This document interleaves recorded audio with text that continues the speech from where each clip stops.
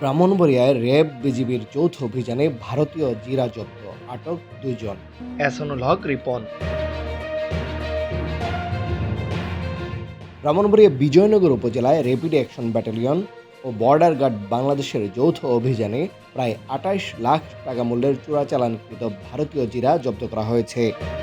এই ঘটনায় ২ জনকে গ্রেফতার করা হয়েছে। র্যাপিড অ্যাকশন ব্যাটালিয়ন ৯ এর পাঠানো এক সংবাদ বিজ্ঞপ্তিতে জানানো হয়, গোপন সংবাদের ভিত্তিতে র্যাব ৯, সিপিসি ১, ব্রাহ্মণবাড়িয়া এবং বর্ডার গার্ড বাংলাদেশের একটি যৌথ দল বিজয়নগর থানার মণিপুর বাজার এলাকায় অবস্থান নেয়।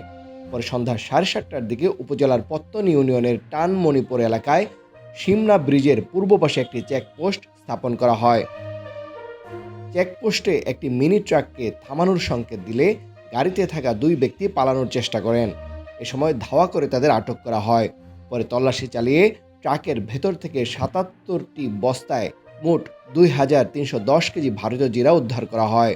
আটক ব্যক্তিরা হলেন হবিগঞ্জ জেলার চুনারুঘাট উপজেলার আজিমাবাদ গ্রামের মোহাম্মদ পাভেল ও একই উপজেলার মোহাম্মদ সুলতান আহমেদ।